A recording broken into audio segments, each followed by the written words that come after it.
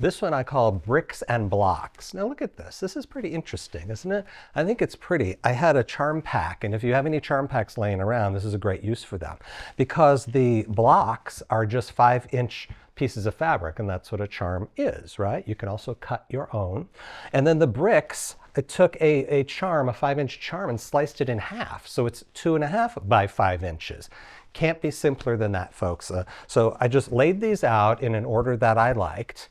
And then I chose a kind of a neutral thing for the bricks. And then the interesting thing was this went together faster than anything I've ever sewn before. All of a sudden I was like, wait a minute, I'm done. I can't believe it was that fast.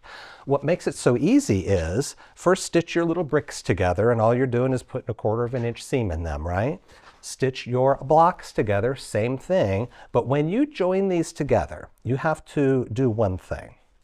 The actual size of your blocks, when you've stitched them together, you've got 4.5 inches left because of the seam allowance. You need to mark where the center point of that is. So that's going to be, what's half of 4.5? 2.25, right? 1, 2.25. I'm using a dark Sharpie here, hoping that you might be able to see it on camera.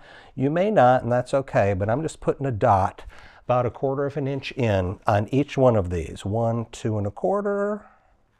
And 1, 2.25, because the next step, when you join the bricks to the blocks, you want to make sure that the seams on the bricks match up with the dot on the block, right? That way we're half and half.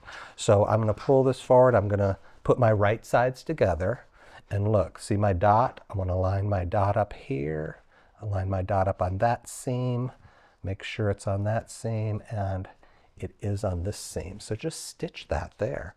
Open that up. And one funny thing, when you finish this bricks and blocks, you're going to have the overhang of those bricks. All you do is slice them off. See this edge? I just put my ruler on it, sliced them off, and now we're ready to go.